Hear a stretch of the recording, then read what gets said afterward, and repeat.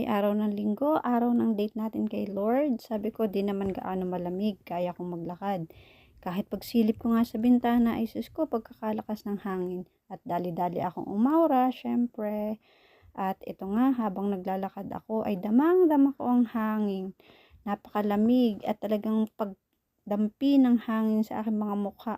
Para ka talagang nasa freezer. At success naman tayo, nakarating tayo sa church.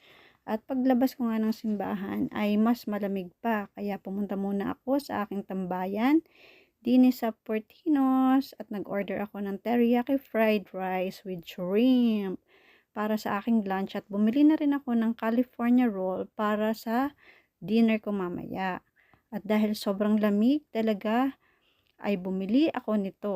Pero di ko na talaga kinaya ang lamig paglabas ko. Nauubos din pala ang yabang ng Batanggenya, kaya nag-decide na akong mag-Uber pa uwi. Happy Sunday!